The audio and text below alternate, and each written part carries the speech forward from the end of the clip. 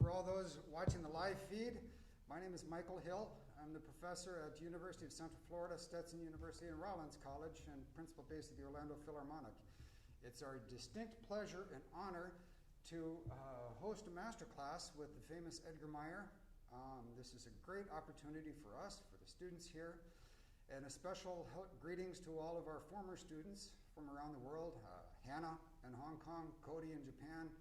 Hope you guys enjoy the presentation. And before we begin, I just wanted to present a polo shirt from UCF to Edgar and to his son, George. All right. Yeah.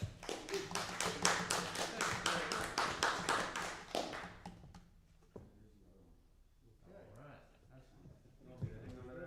You can hang on to it for me. I bet I can get in there.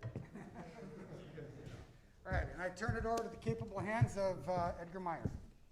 Okay.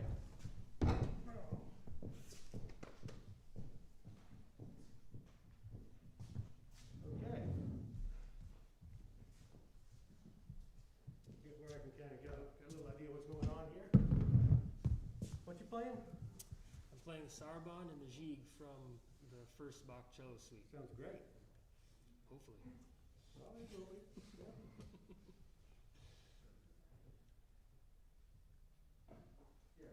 George, you want to clear the room, or you?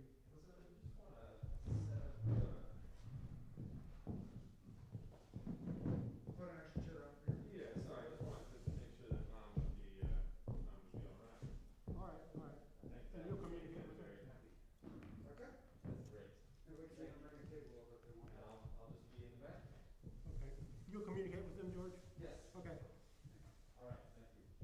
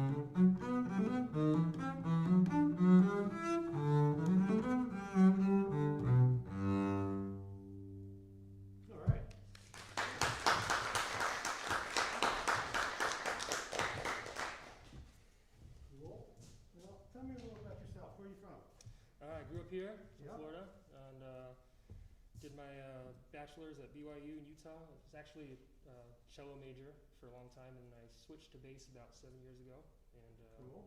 I like it better, so I'm playing bass. So Well, there are better opportunities in some ways on bass. You grew up here and then went out to Salt Lake? yeah, Provo, Salt Lake area. So out there, you said 7 years? Yeah, No. so it's been a long journey. I had some detours. I've got 4 kids. I'm 32, and Oh, okay. I look like I'm 12, but you know, That's a good thing. anyways, yeah, about 7 years really studying the bass. So Let me see. I guess I'd start with wanting to know kind of what your questions are about this piece or just about anything. So, goodness. What is your philosophy on trying to, I guess,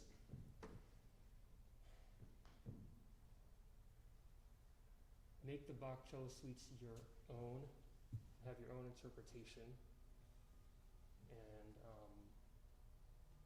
versus doing things that are more conventional, more widely accepted? I think the heart of that is to be kind of a lifelong student of Bach's music. And to some degree, all music or related, especially closely related music. But most importantly, to get to know Bach's music because it's vast. And I think the opposite of developing your own voice is probably what's more commonly done. And that is to say, well, I do measure 2 kind of like honor Billsma, and here 5 through 8. I like how Yo-Yo does it. I'll do that. That's common, and it does not lead to any level of confidence internally as to really why you're doing what you're doing. And the confidence comes, from knowing all of Bach's music. Then you see, well, this sarabande is kind of like, this piece in the orchestral suites, and it's a little like this thing in the cantata. And then I see that you have, oh, well, so that's probably what this is. And, and I see that when Casals did that, he actually maybe shouldn't have, even though, of course, Casals is great. But, it's a very questioning attitude overall. And I think you just have to kind of go in that direction. And that, at least for me, that's where I have the confidence, and I would specify, even though that I'm confident in my point of view, I don't advance it as a universal point of view, because it's really not. I think it has aspects of a more general point of view. I think there are parts of what I would present that would be arguably, I would argue that they might be a pretty central point of view. But I have my quirks, like my quirk of playing everything fairly metronomically is not defensible historically, for instance. It's more of a product of my growing up in the late 20th century, where my exposure to lots and lots of different music, played into how I played the Bach. And you have to make those same extrapolations if you talk about how Casals played it, or how Yo-Yo played it. I mean, you have to make those, and you have to make them yourself. And some of them you understand while you do them. Some of them you understand 20 years later. Oh, that's probably why I did that. But anyway, that's a long answer, but I think it's an accurate one. But it's not like, searching inside yourself and to go, what is my voice? It's much more looking outside. And then that gives you your voice. Another question. Yeah. What are some, I know, you probably, I don't know if you struggle with this as much as us, but with performance anxiety, things like that, I'm guessing you don't, but. I have complete trouble with it. Okay, so what are some of your tips and tricks, I guess? Well, I think the biggest thing of all with performance anxiety is to perform often. There's simply no substitute. This will be a hard performance for me to do on Saturday because I haven't played a show for a year. And there have been times when I haven't played for a month or two, that I'm just terrified. Don't, just think it's a miserable experience. I usually get through it, but it's horrible. And if you get, if you're on a tour and you're playing every night, I never lose the nerves, and most people don't, but they almost become enjoyable, as opposed to terrifying. So that's really the central thing. I'm kind of hoping at my age, and it may even be likely, that I'll be okay on Saturday in the sense that I can draw on the experiences of my 60 years, and it won't be like starting from scratch. There are disadvantages to being 62, let me tell you, but maybe the experience will help too. That said, I wonder if there's any other things. Well, almost all of them relate to getting experience performing. After you perform a lot, you start to learn what it requires to actually be solid at something, as opposed to like thinking you can kind of play it. You learn to evaluate. Like I changed the fingering yesterday because in the 3 weeks leading up, I realized that I was hitting that fingering 30% of the time. And honestly, if you don't feel like you're probably going to get it, then you're not going to get it. So you learn how to make those evaluations, and while still maintaining your ambition. Like this fingering I got rid of was a better fingering, but I couldn't do it. That was the thing. I liked the expression of it. 30% of the time, it was the best possible alternative. But that wasn't going to work. I'm going to miss enough things that I hit 80% of the time. So that's a constant evaluation. Because your ambition to learn new things and to go to places you hadn't been has to be balanced about versus not just being a mess. Thank you. Yeah. What else? Well, besides the actual playing aspect, what do you do as far as I think it's a common problem with bass players with neck, back problems, things like that. Are there, do you have any kind of routine, stretching or things like that help you kind of keep everything in a good place physically? I've had problems a little bit everywhere. I believe that neck and back are, I realize playing in the orchestra you really don't want to stand, but lower back is definitely not helped by sitting. Standing is easier on all that stuff, and the primary reason is just that you're mobile. You're not locked, and the lock is the source of a lot of trouble. My bigger problems have been in my hands, just in being 60, but I've had trouble everywhere, and I don't have a routine. I'm doing stretching on my hands, absolute necessity, but I have no other routine. I have people I see, I have therapists and things like that help me, but I don't have a routine on that. Well, let me make a couple quick comments. Oh, yes, please. Yeah, I guess the first question I've got is, I'll start with bowings. On the subject, of learning all the box music as opposed to, figuring out how Casals did it or someone else. A corollary of that is to start with box bowings. And that's a little tricky since there's no autograph. But I would say a high percentage of the bowings you were doing looked like they were other performers' bowings and not box. And there's two ways to do it. You can get a scholarly edition such as a Baron Rider, and there are other good ones. and play basically from that. Some cellists get the Anna Magdalena. That's kind of a highfalutin solution, and maybe not even as perfectly accurate as getting something like the Baronreiter, which makes more of an attempt to synthesize the sources that exist. But you need a scholarly edition and not one by any performer, bass or cello. And that should be, the root of your bowing decisions. And then the thing that people really don't realize, and this is not something that I really took on until I was in my 30s, is that even though there's always going to be crosstalk, in this music, you're better off making the right hand decisions before the left hand decisions. And the majority of people figure out their left hand and then they make the bow fit into it. And that, I promise you, is backwards.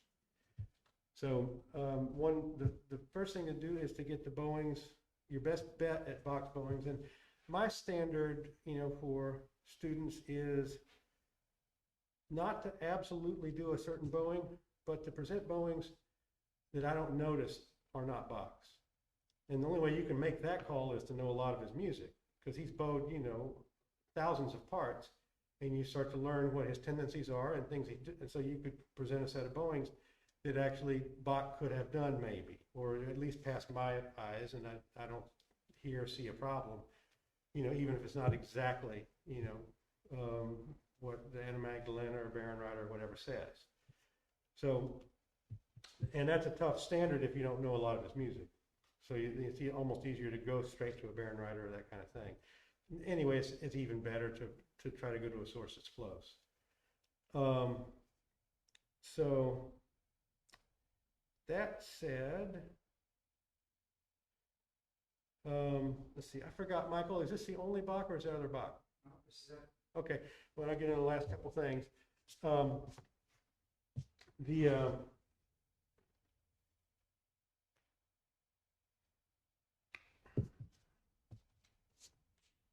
I guess two things, one kind of musical, one technical, and they're interrelated. A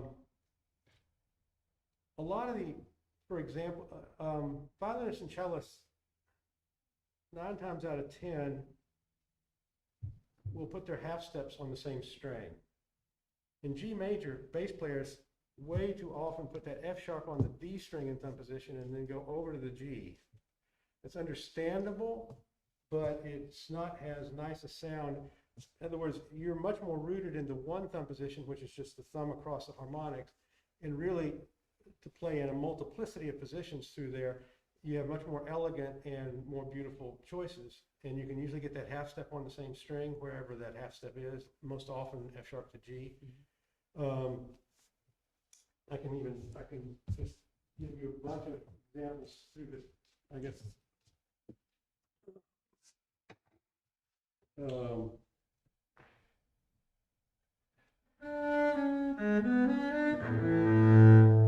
like that.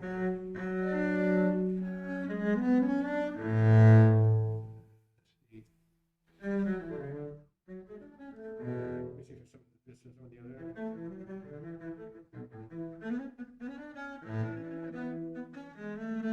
Yeah, that's a different thing. That's putting the fourth on one string.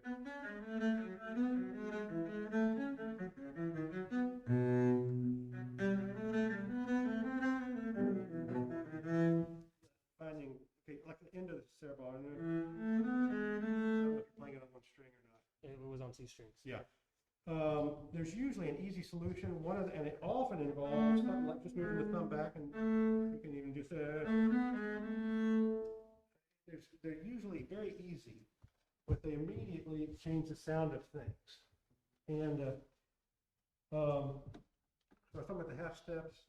Oh, and then the other thing would be more frequent use of the thumb. Because the main thing is, like on a passage like this, not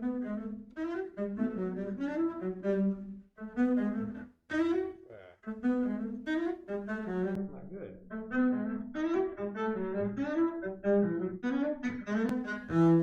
You see, I'm doing it with no 3, all thumb 1, 2. And the thing is, thumb 1, 2 are more independent and they are stronger. So if you're using a lot of 3, 1, 2, 3, you're just weaker and you're throwing your hand into awkward angles too. This keeps a more consistent, easy angle. Whereas if you're doing a 3, if you're going to really play it in tune, you got to flip your hand like that, as opposed to just having it like, it's just easier angles. So those are two very kind of big topics, just like planting the seed, more thumb 1, 2, less 1, 2, 3, and half steps on the same string. And start with scholarly bowings, or best attempt at box bowings, and then figure out the fingerings. And the other rule: don't shift in a slur. And so that tells you. See, that's the first thing. So if you got the bowings and then you see a slur, then you got to get that thing in one position, some way. So that's my most generalized rule.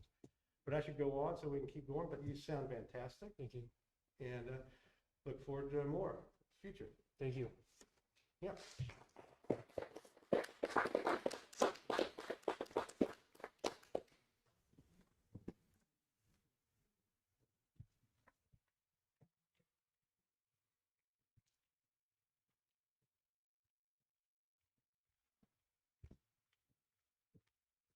Next player is Meyer, simple beta.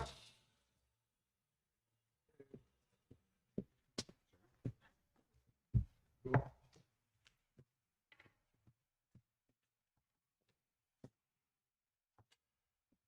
Sophomore at UCF. All right. What you playing? I'm playing the Kutubinsky Concerto second movement. Cool.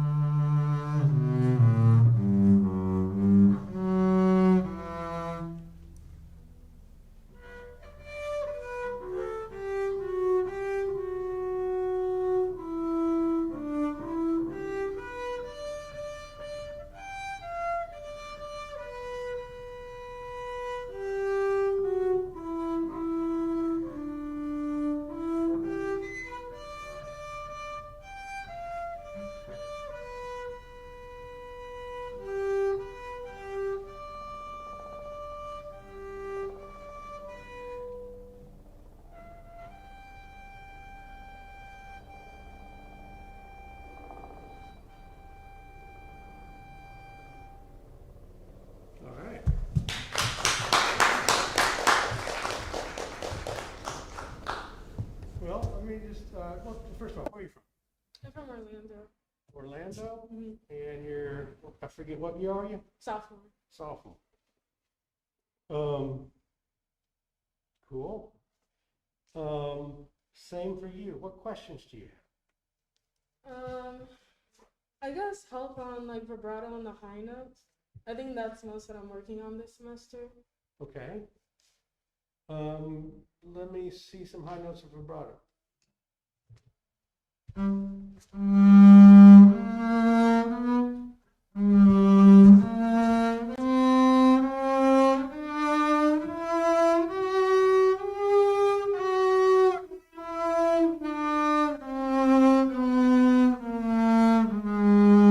Good.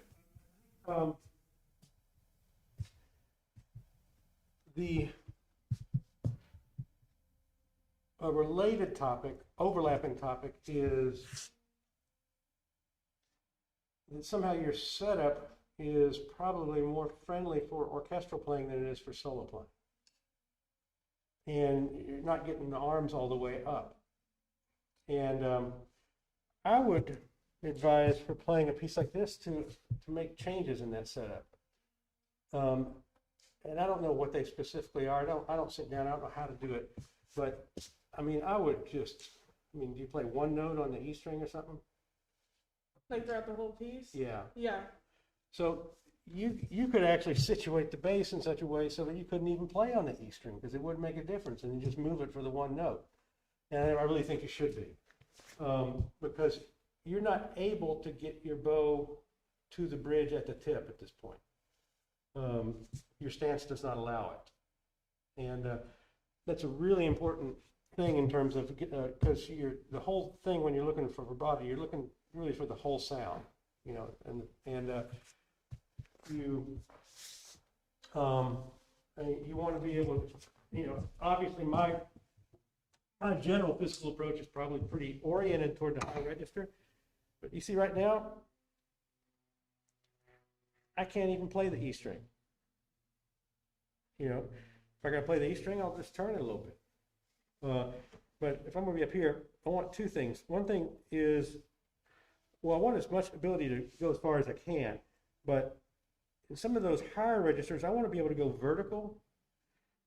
And I might not go vertical for passage work, but if it's melody playing and I want the tone to be really focused, the hand is going to go vertical so that there's a lot more pressure coming down. When you're like this, you cannot achieve the same pressure as you can when you're vertical. And so that's going to, that and getting the bow down here, and you see I can easily get at the tip with a straight bow at the, you know, and that's going to make a big difference.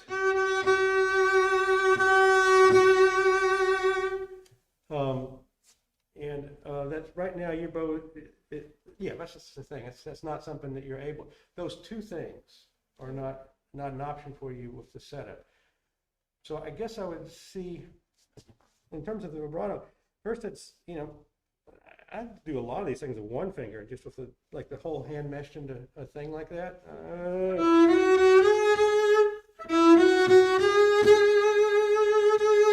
But I think the biggest difference is that it's vertical. And of course, you know, you can get a very big and focused sound without going vertical. And especially, I've got some students that are brutes, and they can get most of that without going vertical. And they're bigger and stronger than I am. But until they go vertical, then this register up here still stays a little bit diffuse, and it's not the maximum kind of, you know, focused. But now let's go back and just play in this register. Just maybe those three notes. Start from the beginning? No, I mean, I'm just saying three arbitrary notes. Like up that high. Go a little higher, go like D, E, F sharp.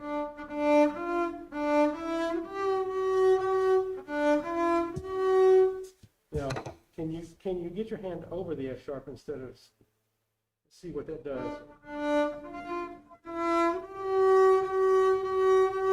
Maybe try the E then. Try the E with first finger. That's it. and experiment with different degrees of vertical and see what it does for the vibrato. Okay, and then when you vibrate, also try something like that.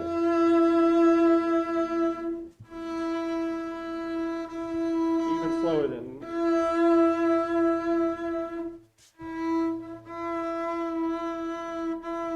Okay, so now look and see that. Like, see, this whole, all of this is moving kind of, yeah. And somehow I'm able to maintain through this vertical finger easy pressure on the string while the whole thing kind of rocks on that. And it feels like you're doing more this. Does it make sense? Whereas this is staying still in the middle. So see if you can achieve that a little more.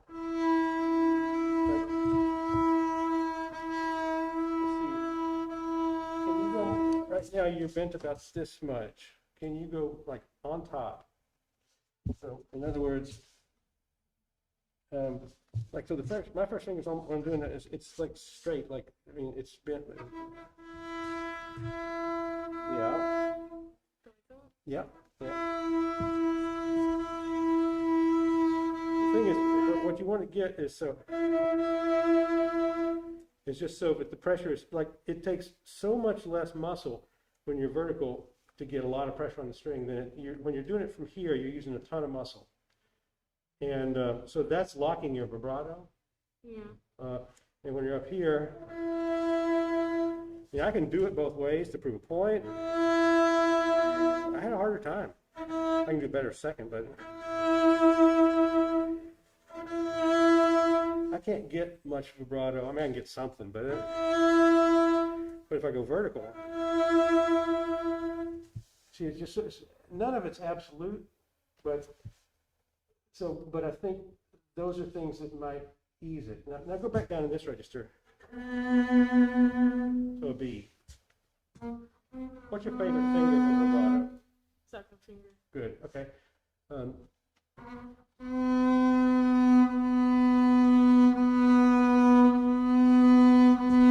Can you get something this slow?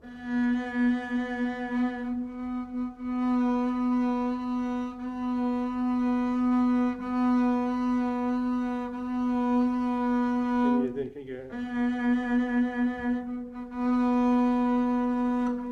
I think the basic principle for me is that it's easier to speed up a slow vibrato than it is to slow down a fast one. So I guess I would concentrate on the speed, and I would look like I send a signal out to my hand that just says, it's almost like one impulse, like it starts its own little thing going, as opposed to like control like that, but it's like it becomes sloppy. And I believe the secret to getting there is probably from starting with that really slow one. So that's not a very going to get you there in 5 minutes answer, but I hope that that's like some principles that would be kind of useful tonally. Because when you're here, you're already a lot more vertical than you are when you're here. You see that difference? Yeah. And so it's easier to get a vibrato in this area. But I think if you'll, and like you'll see me do a variety, of things that are from here all the way to this. I mean, a lot of different things. But what you'll see pretty observably is if it's melodic and I want it really focused, you'll see the hand go vertical more often. And it's to maintain an easier pressure on the string without a lot of muscular effort, with less muscular effort. And so I would, and then in summary, I would consider, you can do it sitting. I just don't know the details. When you're playing a piece that's mainly on one string, I would turn the bass way this way. What's that? That seems more reasonable. Yeah, I would do it, and it's even more for your bow than it is for your left hand. It's really for your bow. I would like to see you able to put the bow straight and easily be able to put the tip at the bridge. Because if you can't do that, you're holding your sound back. And also get good at moving the bass around so that you're not in trouble. You know, so it's not a big deal. But let me see how I'm doing here. Okay. Well, not a lot of direct work, and I apologize for that, but I guess I'm doing. Okay. What's another question you might have?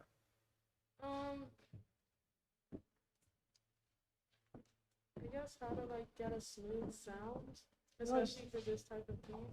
You know, a lot of times your sound is pretty smooth. Yeah, I thought. I thought it wasn't. Well, show me something that's not smooth, or just do a little beginning. Let me see if I understand what you I mean. guess it's like the 16th note part. So. Oh.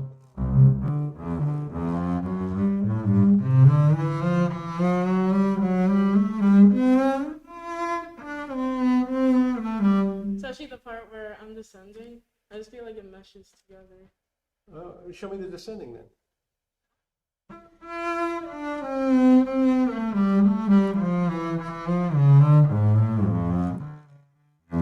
Okay, well, I mean, that was smooth. I mean, I can hear a couple slides. Is that what you're worried about, or? Yeah. Because it was smooth. Let me see. Let me hear it one more time and let me think about the slides.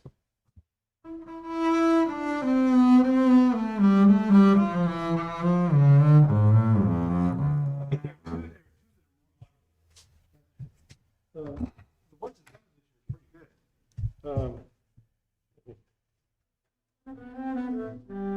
I don't know the notes. Let me one more time.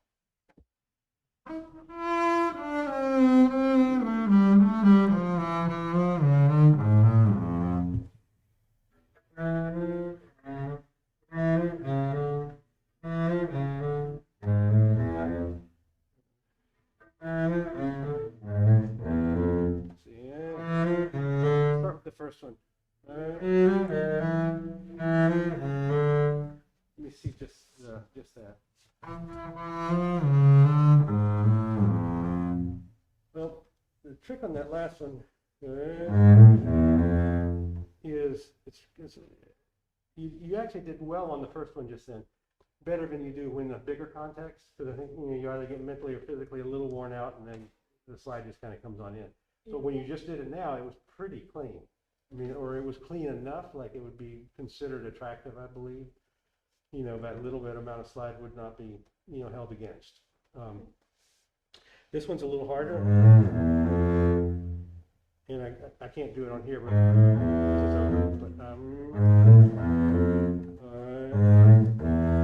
the trick is, here's what I don't do.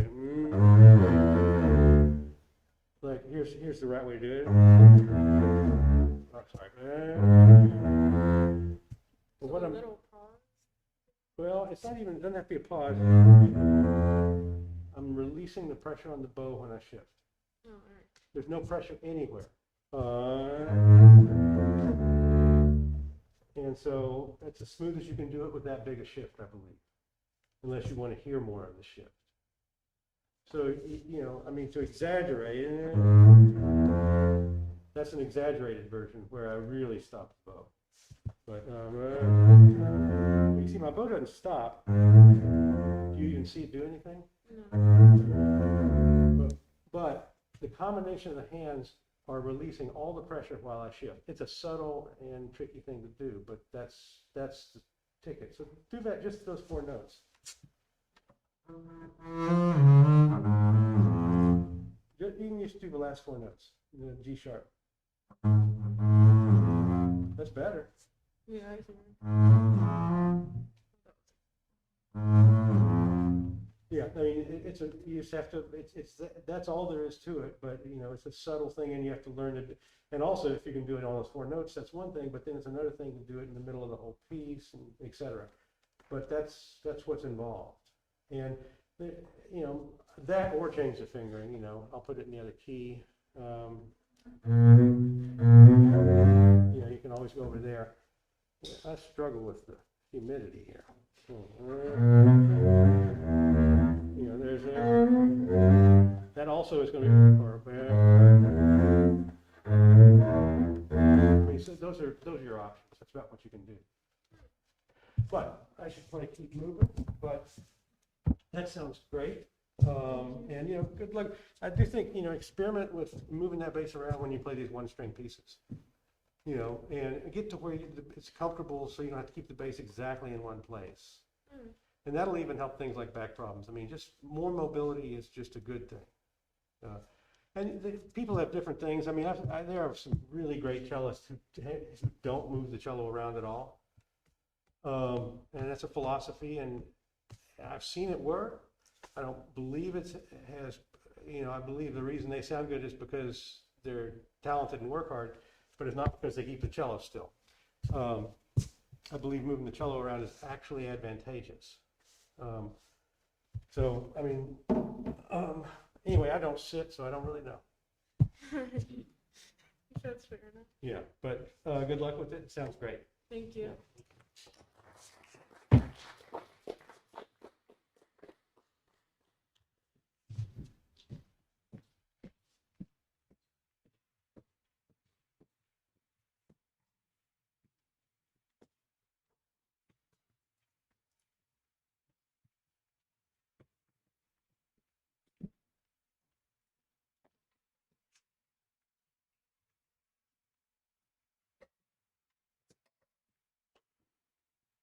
I'd like to introduce Cesar Almeida. Cesar is preparing his senior recital at Stetson University. All right. The primary work of his recital is the entire Kusavitsky, but for you, he has the third one. Okay.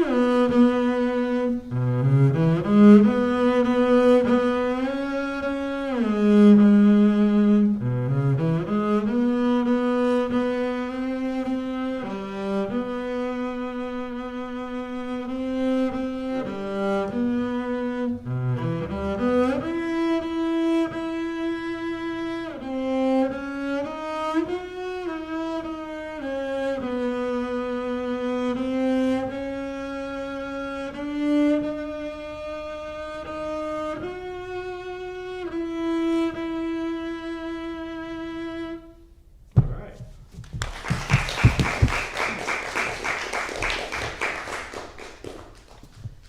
Okay, well, where are you from? Born and raised Orlando. Oh, got another local. Yeah. And so this is your senior recital? Yep. All right, well, that is a milestone in itself. I have my father's, I guess I think they were both graduate recitals framed in my house. I'm trying to remember if he had Kusevitsky on one of them. He probably did, I don't remember. Let's see. Oh, let's see, I got one thing I forgot to mention to you. Forgive me. Things like the octaves, or most importantly up here, I think you'd have a way easier time if you moved up a position. And so played that high note with 2. You can move it, you can do it any old way you want. I mean, you can just go, you could, for instance, do thumb, thumb, or you could do 1, 1, thumb, 1, 1. But when you're reaching for those and trying to do it with third, can you see how much more awkward that is on the hand than second? Yeah, very. And so if you can just use second, your reliability will go up 100%. By that I mean it will double. I mean, whatever if you're 30% now, you'll be 60%. But and the same is true in the octaves. I'm not going to embarrass myself by trying to play them, but they're much easier with thumb and 2. If you see, the 3 doesn't reach any further than 2 at these angles. Same principle up here. And so if you and the 2 is just much stronger. The hand's in a better position. It's easier. A lot of people use 3, but that's just because that's what they're used to. But physically, I mean, mechanically, 2 is much better. Yeah. Okay. Anyway, so what questions have you got? I guess my only question is, how do you balance different interpretations from different opinions and try to make it your own interpretation while receiving, like, I guess, like the standard versus like just trying to make it like something, I guess, on your own while incorporating everything? Well, I would say that when I was your age and I was an undergraduate string major, you know, one of it, I mean, I had a lot of unusually good opportunities, and one of them was that I played for every single string faculty at IU at that time, which was probably 16, 17 people. And believe me, it didn't all mesh up together. There were a lot of things that one person said that, you know, another person said something quite different. And I would say that I took about 10 years to process that. You know, I didn't let it slow me down. I didn't, you know, let it just put me into a lock. You know, I mean, I just kept playing and I kept doing what I thought worked. But over time, I began to understand why each person said what they said. And in some cases, you know, I would, you know, gradually eliminate, you know, certain points of view that I didn't think suited me, but, or more, even more specifically, that I did not agree with. And that's the way the information flow works. You know, and it's in your interest to get contradictory information. It just is. You know, the truth is complicated, and so you want to understand why all these different people want to play it the way they do. I mean, I am a person who is pretty willing to reject even very, very centralized common points of view if I don't think, if I don't, yeah, I have the confidence to not go with the mainstream. But I hope that in every case it's from having, considered carefully a large amount of input and not just a quick reaction, no, I don't like that, So that being said,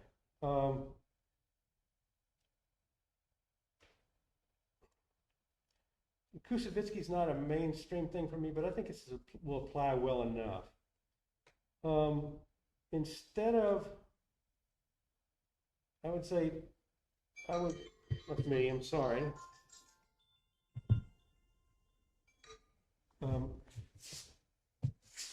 Dealing with old people here.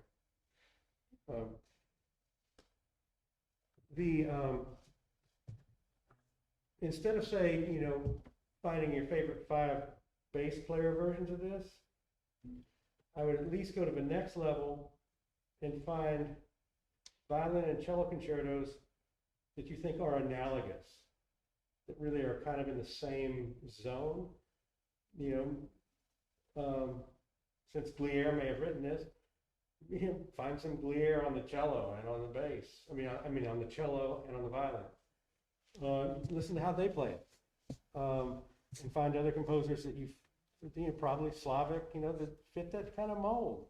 Some kind of Russian romantic stuff, and I would use that as your template way ahead of what the bass players are doing. First of all, often because the bass players are not actually that good, and then second of all, it just gives you a little freedom from those points of view. If you want to make some calculated things about orchestra auditions and people want to hear a certain kind of thing, that's another subject. And it can be an overlapping subject. Truth is, good playing wins auditions. And if you have a compelling way of playing this piece, even if it's not standard, in this day and age, that's not going to keep you from getting the job if your excerpts kick. If your solo sounds great, even if it doesn't sound like bass players, and your excerpts sound like they would work in a section and really, make the orchestra sound better, then you'll get the job. I think in some, there's always going to be pockets of bass players who are going to resist, something that's not the way they grew up. But I would just look outside the bass world would be, I guess, my first suggestion. And then you can find a balance with all that stuff. Anyway, I think that's a decent answer. What's another question? I guess I have 2 more. One is, what's your, I guess, opinion on tempos? Because I know there's like set tempos, and then people choose their own interpretations of it.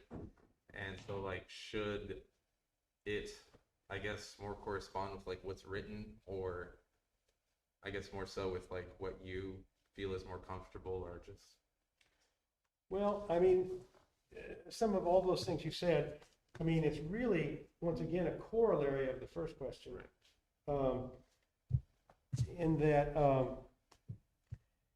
you would want this to, you would maybe see how people deal with tempo relationships as the printed score versus the actual practice with violinists and cellists and things like that. It's just too common with bass. People slow the thing down so it's not as hard, or and then they speed up the slow movement so it's not as hard either.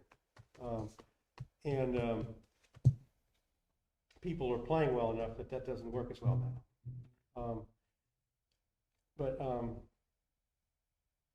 I think it's better to sound good in the wrong tempo than it is to sound bad in the right tempo, if you had to make a choice. And it's best to sound good in the right tempo. But if you can sound good, that trumps sounding bad, period.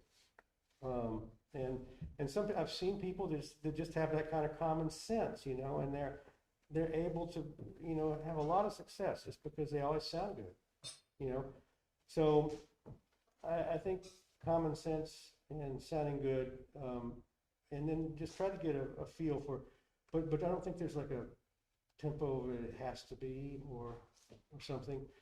And there's usually there's a sweetest, part of the game is finding that sweetest spot in terms of dynamics, tempo, expression, where you sound your best.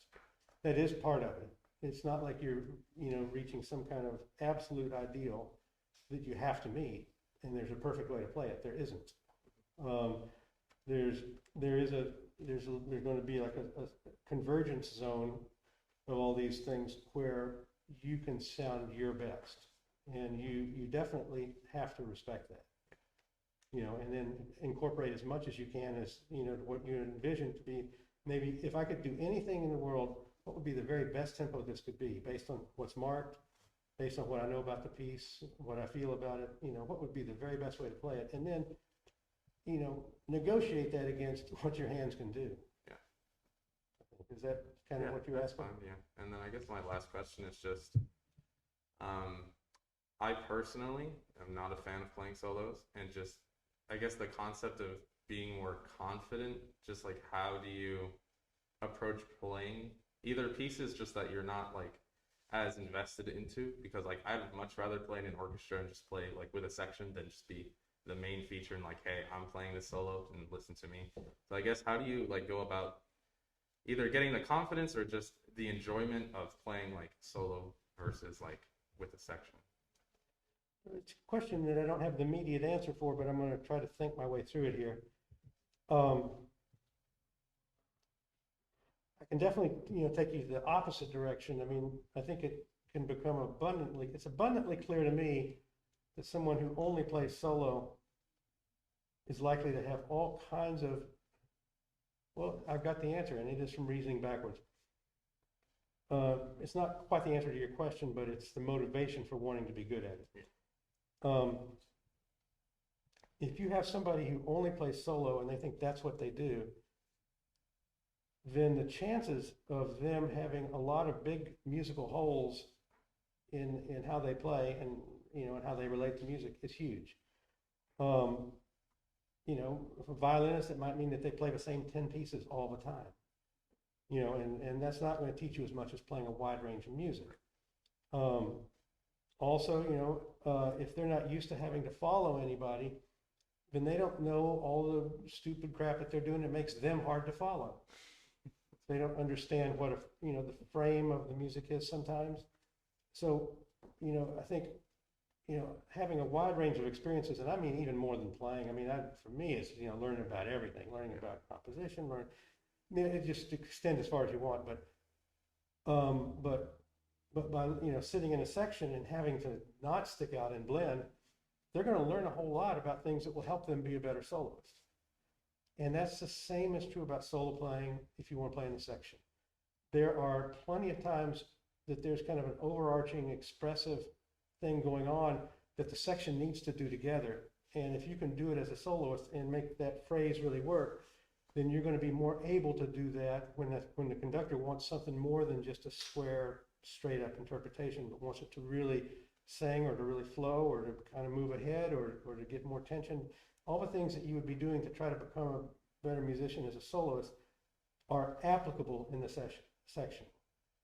They may not be the meat and potatoes of how you get the job, maybe, but they are of huge benefit.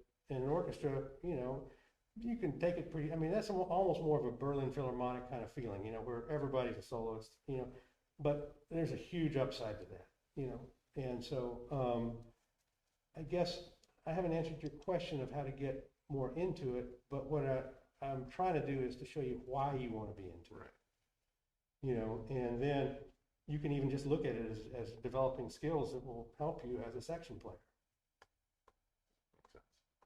So, I don't have a better answer. I appreciate it. It was a good answer. Okay. Let me see how we're doing here. Yeah, I probably should, let's see. Am I on schedule? What's that? Okay, I keep losing track of things. All right, well, anyway. Any other questions? Not really, no. Were there any specific spots I should have looked at in this? Because I don't, oh, I will say this, things like the should be in one position with thumb. It's Oh, wrong. yes, yes. Yeah, I've been debating whether to do it like either 1, 2, 3, 4, thumb 1, 2, 3, or. It should 1, be 2, thumb. 1. All right. 1, 2, 3, 4 is too hard. Okay. Thumb 1, 2, 3 is the only reasonable way to do that, I believe. Alright. And there are some other things like that, but you know, that one got my attention. Okay. I guess I just have one question, and it would be, and it goes back to this alla breve here. Should this be like either like a pause and break and like into a new idea, or should this continue to flow with like the previous idea, starting from here to here?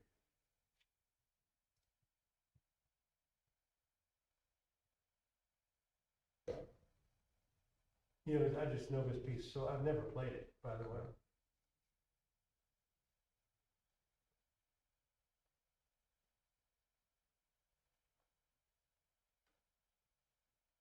I mean, for my money, that's a big long phrase. That's not, that should be, that, even if you take a dip in the dynamic, the overall thing should be, Okay. it is my immediate reaction.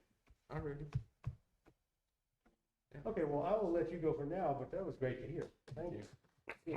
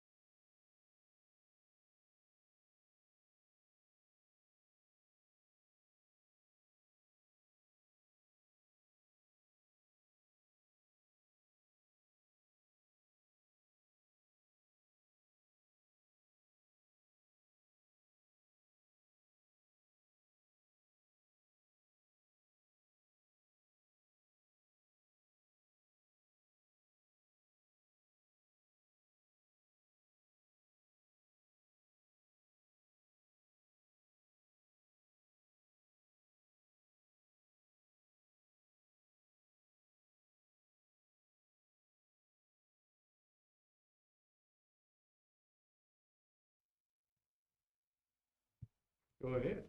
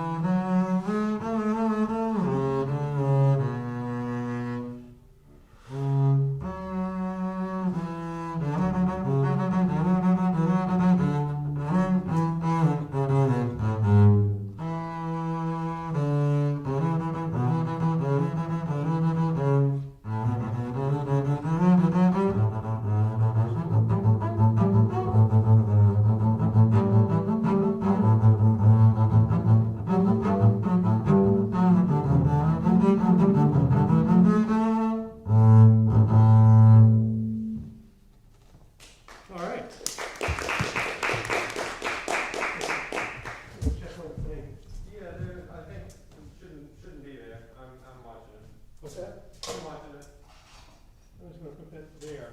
Sure. Yeah. Okay. Cool. What are your other fields of study?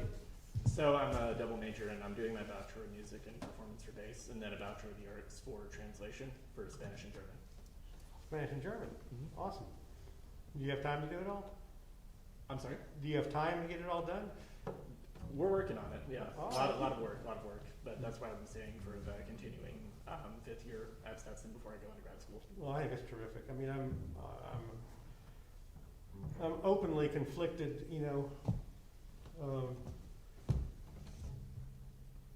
as to whether one does, lots and lots of academics or not. In general, my own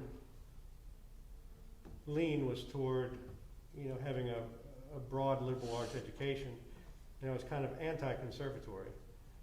And then when I decided to do a little bit of teaching, it was very clear that the only way I would get to work with the best students was to work at Curtis, which of course is the opposite.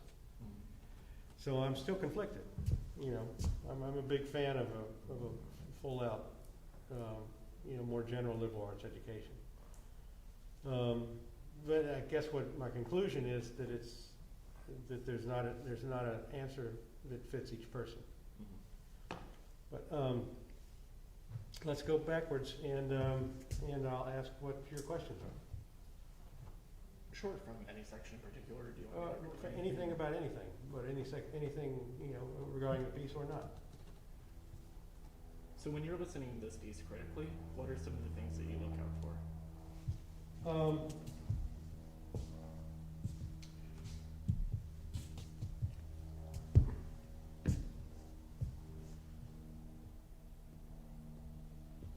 I guess if you were going to,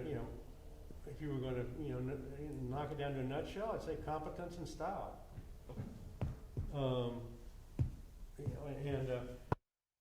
And style for me would be that it was light and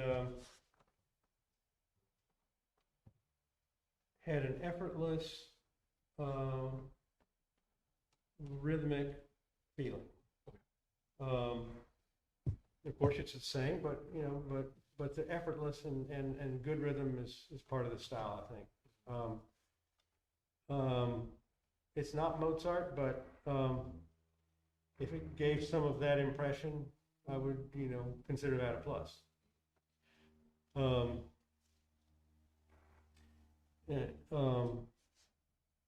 Okay, but yeah, that's a good summary. What's another question? Anything in particular that stood out to you or that you'd like to work over? Okay, let me think. I guess I kind of have to address the question, let's see.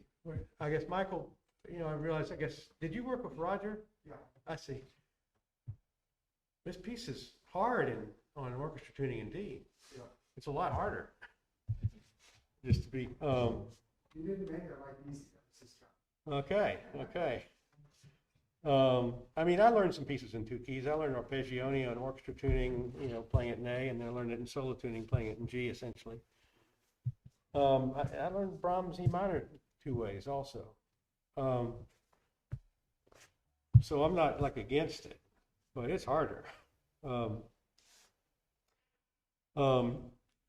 of course, half the people are playing it on triad tuning now too. You know about that? Yeah, okay.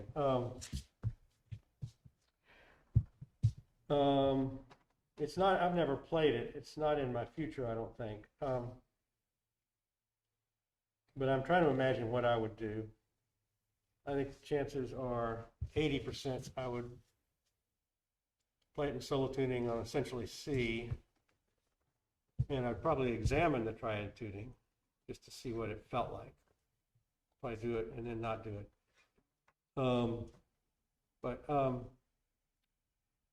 Let's see.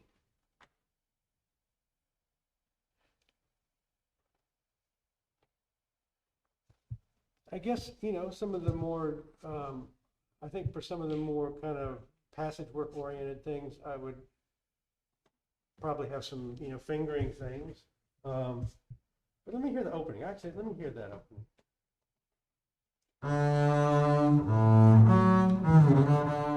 Okay, so even on that, I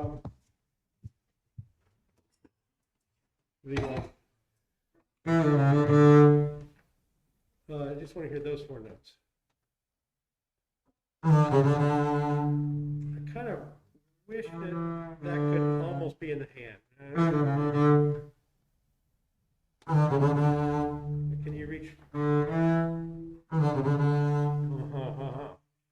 And then eventually even looser. Like if you see, I don't actually quite put it in the hand. It's a subtle process. Like it moves some, but what you were doing was like moving it all. Okay. Like I've got an in between. It's somewhere in between. It's like there's a little bit of a roll and there's a little bit of a reach. I can play it in the hand, but that's not the best way to play it. The best way is with a little roll.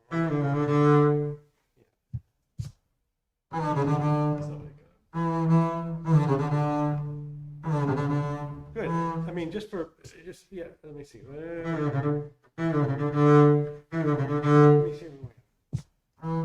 So you want more keeping the thumb stable?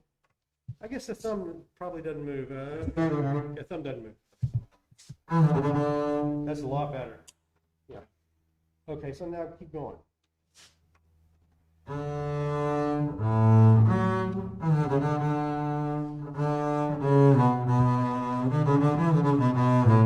same is true there.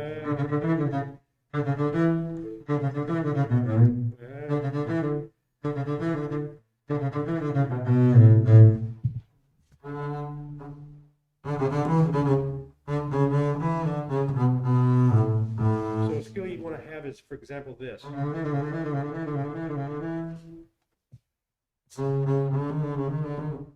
You see, so what's happening is like right now when you go to 4th, your hand doesn't move. When I go to 4, my hand moves.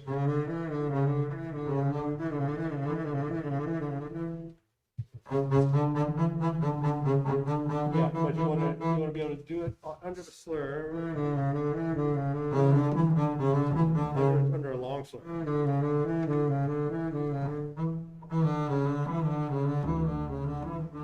And you want to get to where, like that's already better, but you want to get to where you can just, and that's just getting the hand kind of looser, and that's like basically when kind of sussing out a position, you know, that's like a thing I might just do sometimes. Just see how the hand's moving, you know, and also that type of thing can be done even with 2 whole steps. And I can't reach 2 whole steps. What that just is a more kind of loose and easy way to use the hand. And you have to, but that's the root of it. It's just seeing if you can make it move under the slur like that. Okay. But that would give you the thing so you could play that passage, you know, whatever that is.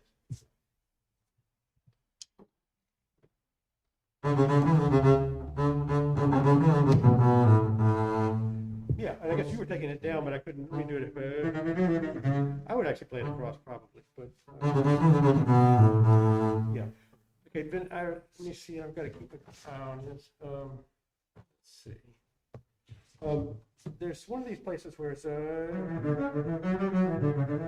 you do one of those or something like that? Towards the end.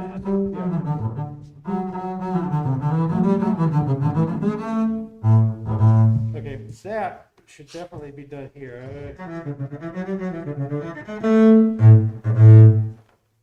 You should move that over to the top string. Put F sharp first finger. And in one position, yeah. Yeah. You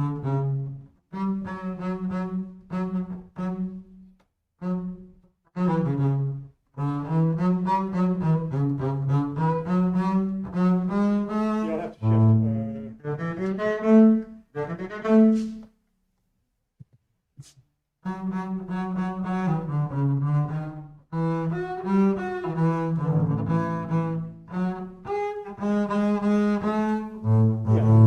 Up in the next key so you can see the mechanics of it. You see, as I get to the end, this all releases.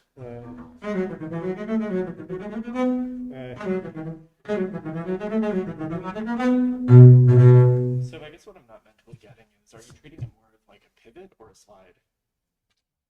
Is it like, am I keeping? You mean as I go up to the last part? Yes.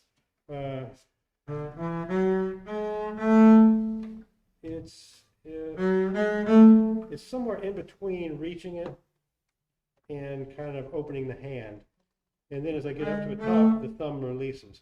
It's like you see, as I went to second, this gap widened, but I also moved the hand a little. Like you see.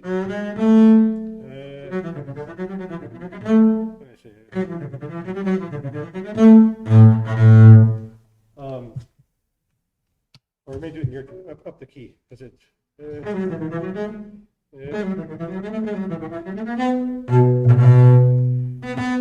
Yeah, so it's a little bit of both, and so I guess a general subject for you might be just looking to develop that kind of flexibility in the left hand, like you have a little bit of a lock sometimes on some of those things, and you see like to play those notes under that slur, you can't have the hand locked.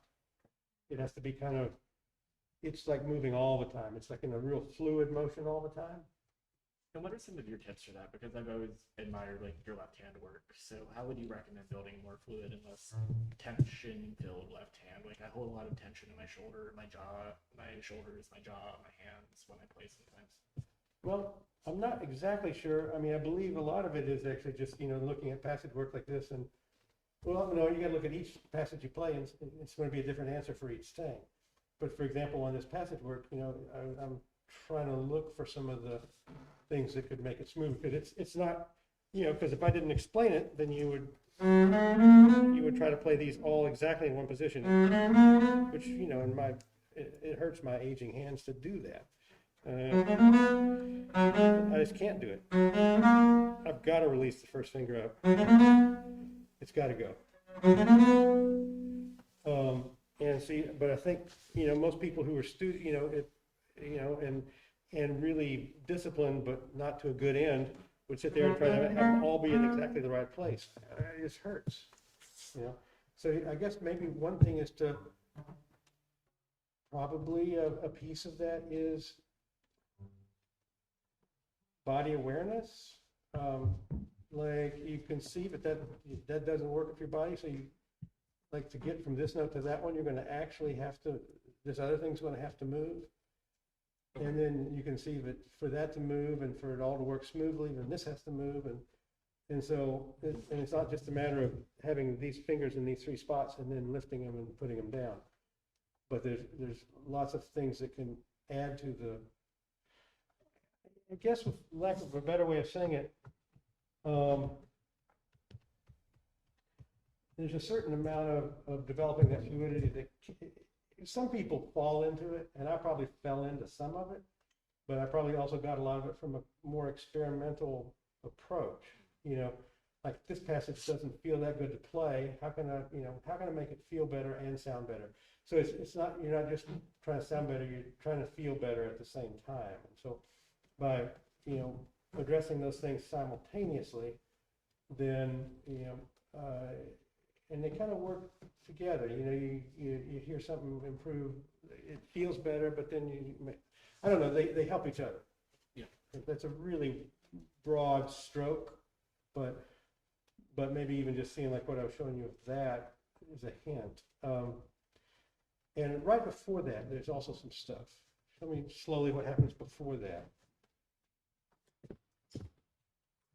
Leading into Yeah.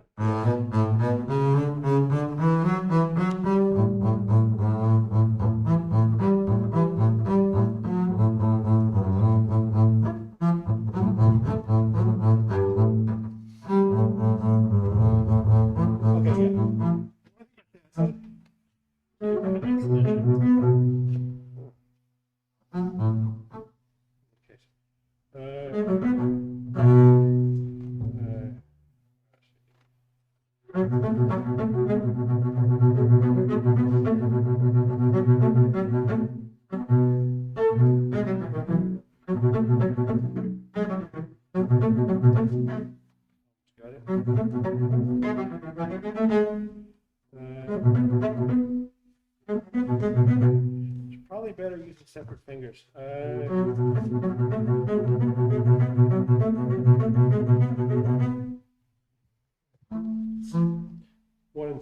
most cases.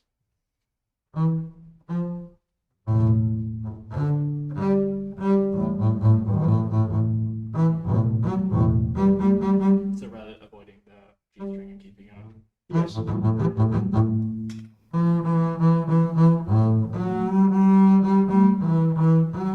And so, and also, and what you do is you have to find a hand position where you can actually, where it's easy to change instead of like, throwing your whole hand back for one and throwing it all up for three and like that. See how you can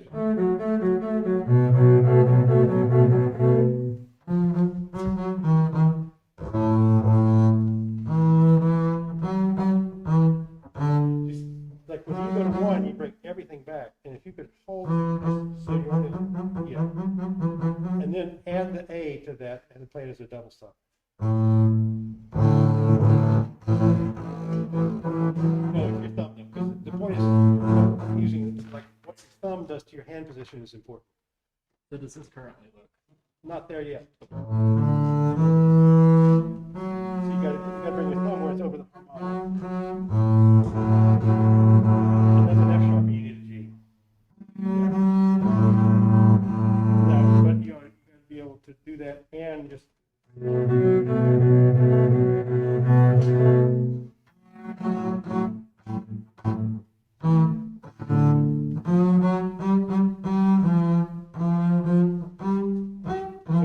What's happening is, I'm required to use some hand angles that are not what I would normally use. If I'm playing here, I'm doing that, but you see how I have to turn the whole hand in order to reach that.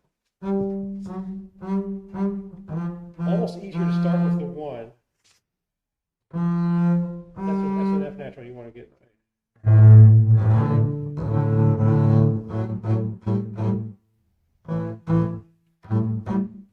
Closer, that's the closest yet. That's going in the right direction. Yeah, you want to be able to just.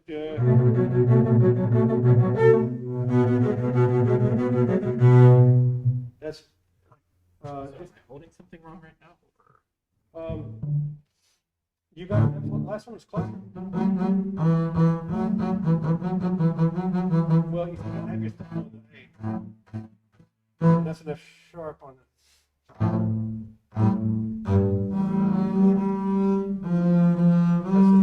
Yeah, one has to be lower. So you can start by doing this. Right.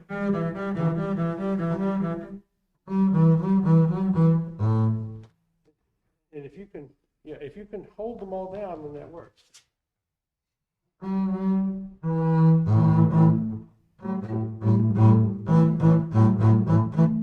It's close. I think it's like you're kind of entering the room now. But it's the same way that you need this to play that passage. You need this to play this passage. When you can do that, then it'll be trivial to go. You know what I'm saying? That's more my point, is to break it down like that, and then once you're breaking it down like that, find a way to play those notes where it's. You keep looking for ways where the hand is relaxed. But the thing to avoid is to change your whole hand position for a new note. And it's pretty common on bass, but it's the biggest speed bump there is. You have to be able to get things into one position. And what that really means is a lot of flexibility, hand angles, finger angles, independence, where you play on the finger. Like at some point I play in every part of every finger. Just in order to not have to put the hand in difficult positions, or to find the easiest possible position where you have to use the least amount of effort. And it's just common that people have their 2 or 3 things they're really used to, and then they try to fit all the passages into that, and it's tough. So just to broaden, your investigatory, sorry, I can't say it, in terms of angles and fingerings and, that kind of thing. Okay. But, I was just trying to open a door a little bit. No, absolutely. That gave me a lot of great ideas. Thank you. Cool. Well, fantastic job. Great. Thank you very much.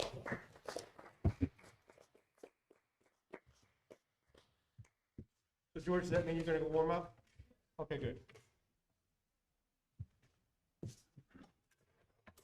And you're in communication with Bob? I am. Okay. They're They're what? Okay, wish some luck. Okay, Rosalie? Okay. Our audience doesn't know, but they have a surprise coming for you, Edgar and his son are going to perform some works. I'll have Just a little bit. later.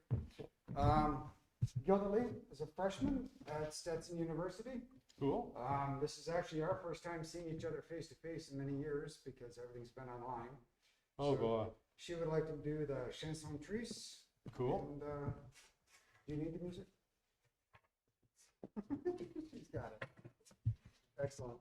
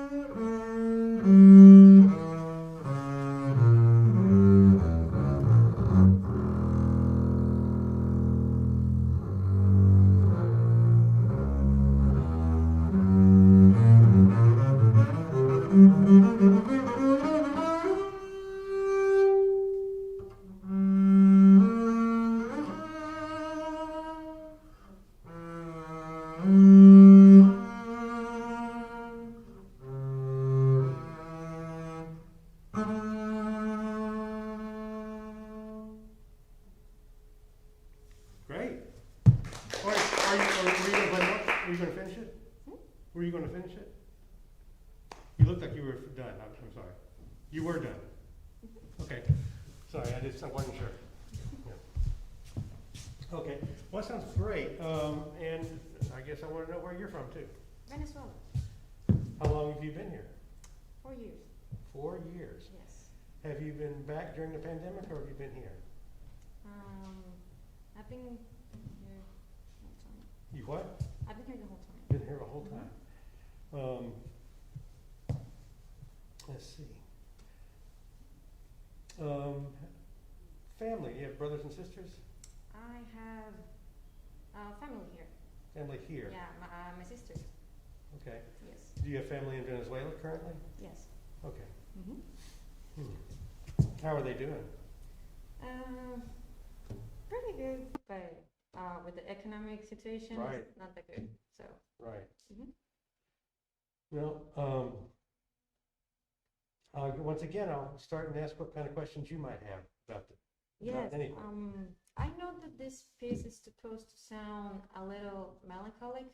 Yes. So I wanted to ask you, like, what are some tips that I can do to make it sound more with sadness? They're probably going to relate to tone, vibrato, and slides and things. It's probably where you're going to get, more expression. I mean, I feel like you've got some of that, instinctively, but we could, look into that. Let's see. Maybe let's just go. I definitely want to look at some of the stuff later, but start in the beginning, and I'll just look at a couple things. This is a piece that can be kind of rather melodramatically.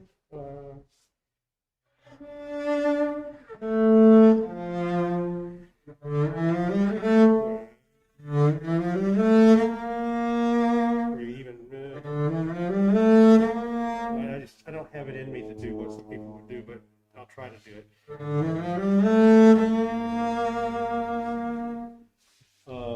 It's just that's afraid that left my body a long time ago. But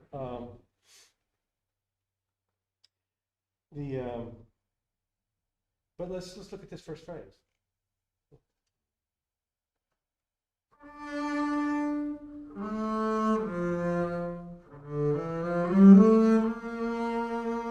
Okay, so a few things to look at. Even the first note.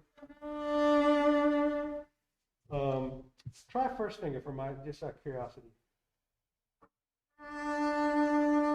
and then try putting going more vertical and kind of putting everything together like that. And see what happens. Like to get a.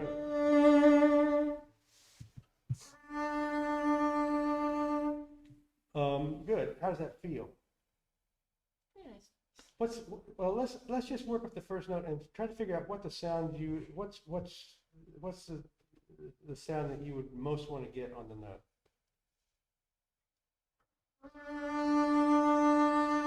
That's getting there. I could see you trying to slow it down a little bit.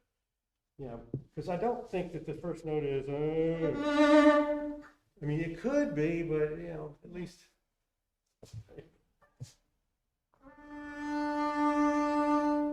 Oh, that's pretty close. And then the next question is if you want to, because going across, I'll do it in the other key. That works, but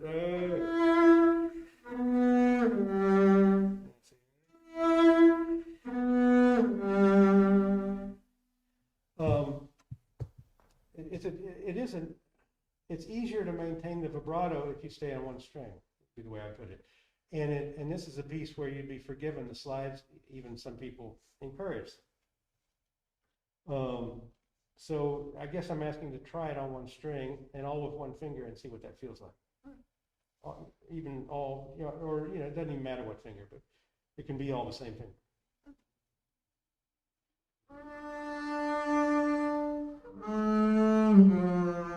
No, I would actually go down to first finger and stay in some position.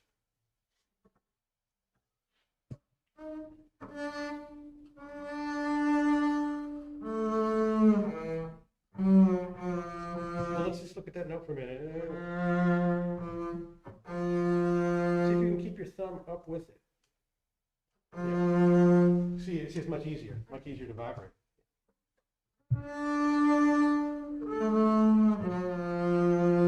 Let's get there. See, so what you might want to, one of the things you can start to do, this kind of playing is almost like treating the top string as just one big vocal cord. And so you get into,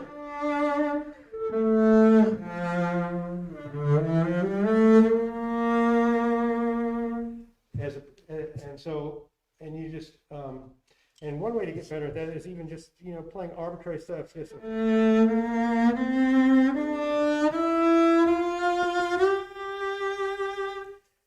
making stuff up and trying stuff and getting used to playing with one finger a little bit.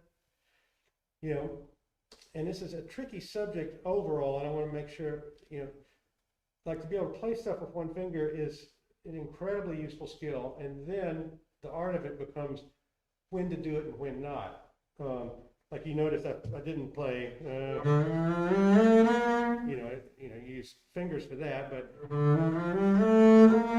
made sure I had the same finger for the last two notes. Like I didn't, I didn't go, which also doesn't sound bad. I mean, that could be a way to play it. But I guess exploring playing more of it with the same finger and the same hand position so you can make the vibrato more consistent. And then, and on one string. Like in a nutshell, if you explore in that direction, you may find some of the expressive options better, is what I would say. Mm-hmm. Let's do the first phrase again. I want to keep looking at it.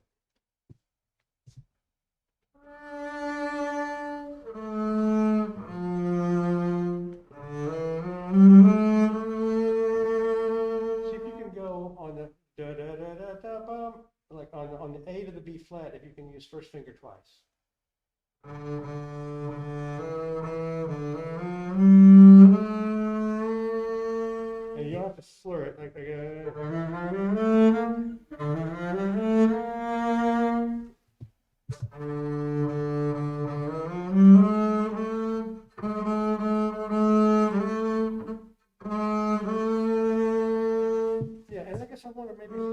your vibrato seemed very nice on the F.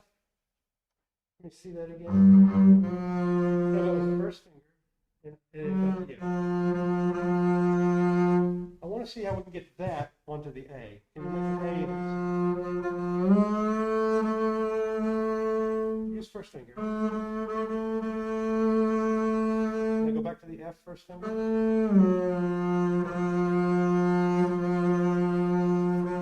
Now, that vibrato seems a little easier for you. And see if you can figure out why and change it. Make it A that way. I don't have a way to tell you how yet, but see if you can make the A like the F.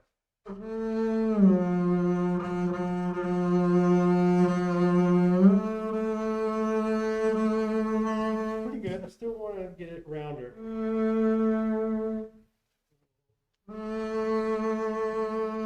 Oh, I think you can do it.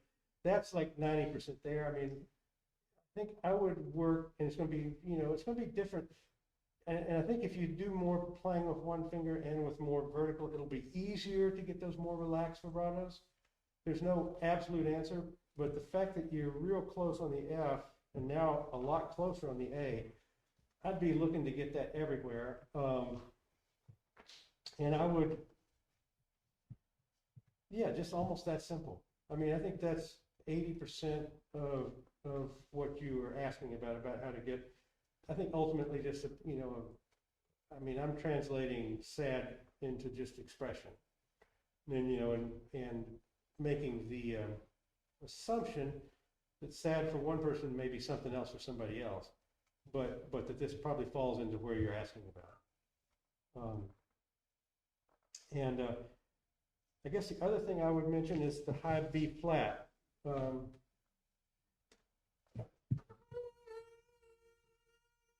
Try first finger.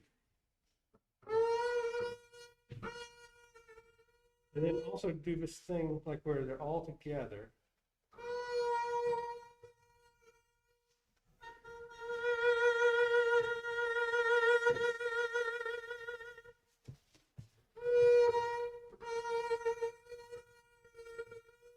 Well, it's not there yet, but I think if you can bring like the A and the F, just start bringing them up the board. And try to get that same degree of relax everywhere, then I think you'll be in pretty decent shape. I felt like you had a lot of instinct for it, and things were going like they should. But I believe that this is as opposed to playing the Bach or something, this is a piece that you can come real close to playing on one string, and it can be a good thing, as opposed. And I think playing a lot of it across the strings will not be as expressive, and even using the same finger more often. So those two things: same string, same finger more often. And the reason being that it'll sound more vocal, and you'll be able to have a vibrato that's more consistent. Let me see how we're doing. George, what's their ETA?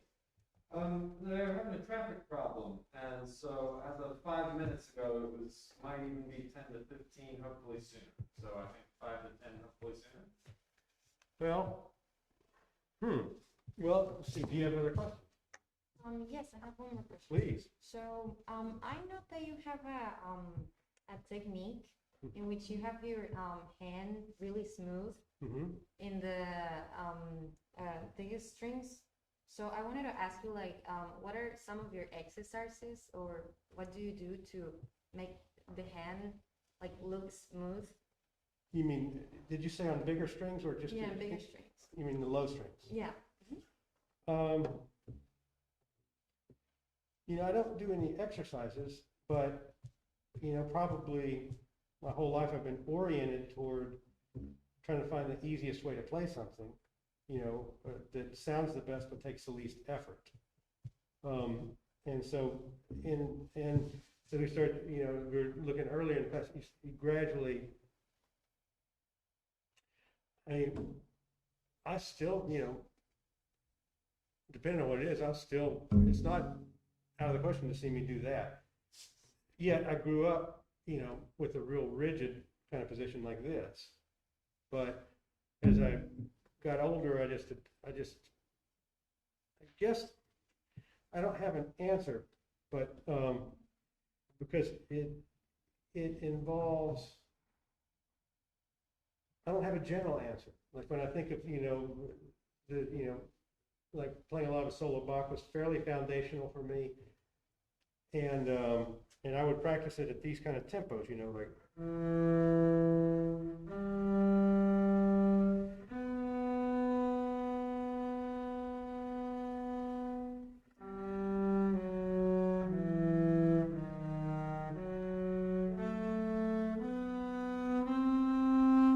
And so I would study the hand, and I would learn exactly what angle every finger was at every point, and whether a knuckle was depressed or if it was round, and what part of the finger I was on, and I would always be adapting all those things. So, I really, kind of, especially the left hand, I probably, got to know it very, very well.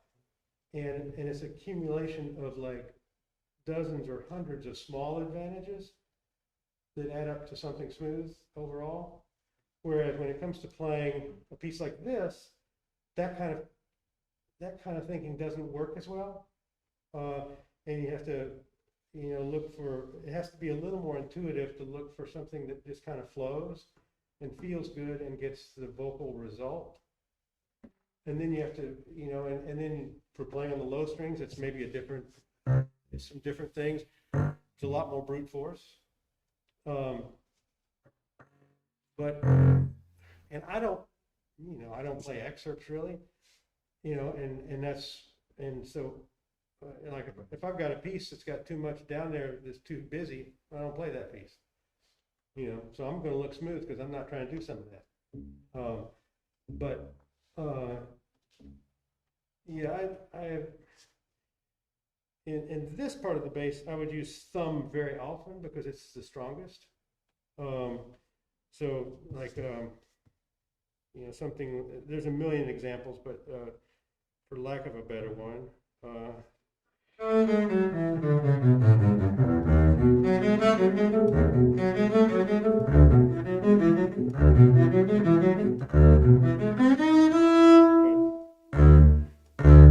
mean, I've got that down very solid in a way that if I was flying back to second finger or first, it would not be as solid.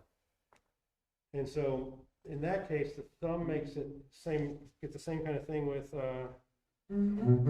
I can remember how this goes.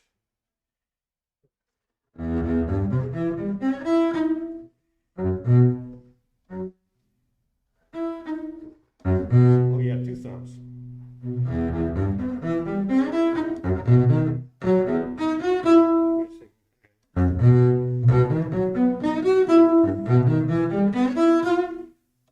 Yeah, thumb there. Yeah.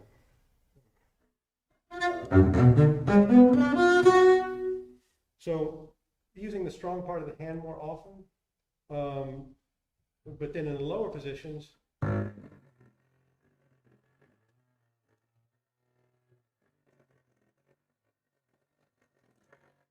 I'm not going to do the same, I'm not going to try to play the same music or do the same things. Like here, if I'm doing it, that's fine. It doesn't work here. And so I wouldn't be trying to do the same things. I think a lot of times if you see me on the low strings, I'm probably trying to do things that are doable. And sometimes on excerpts, you don't have a choice. So, and I'm not an expert at how to solve some of those. Does that give any hint? Or? Yeah. Okay. Well, and we're waiting now on my wife and her friend. They're here. Okay. There they are. Okay. Hello. Okay. Well, that's fantastic. Perfect. Sounded beautiful.